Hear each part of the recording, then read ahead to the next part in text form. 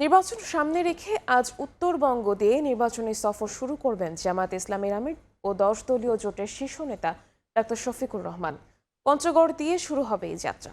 দলের শীর্ষ নেতাকে বরণ এবং জনসভা সফল করতে গ্রহণ করা হয়েছে নানা প্রস্তুতি। পঞ্চগড় পৌরসভার চিনিকল মাঠে জনসভার মঞ্চ তৈরি সহ নানা রকম প্রস্তুতি নেন জেলা জামায়াতে ইসলামীর নেতাকর্মীরা। জনসভাকে কেন্দ্র করে ১০ দলীয় জোটের নেতাকর্মীদের মাঝে উৎসাহ উদ্দীপনা বিরাজ করছে।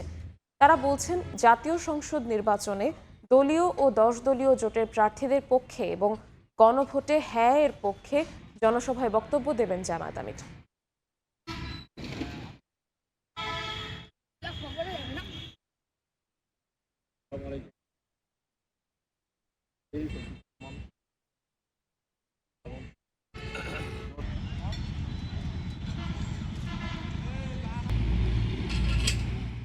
এই জনসভার প্রস্তুতিমূলক কর্মকাণ্ড আমাদের চলছে। আমরা প্রত্যাশা করি যে ব্যাপক উপস্থিতি মিলবে এবং জনগণের সাড়া মিলবে। আমরা মনে করছি যে পুরো পঞ্চগড় জেলার লক্ষ লক্ষ মানুষের একটি জনসমাগম আগামীকালকে এখানে হতে যাচ্ছে, যেখানে ইনশাআল্লাহ তিল ধারণেরও কোনো ঠাঁই থাকবে না।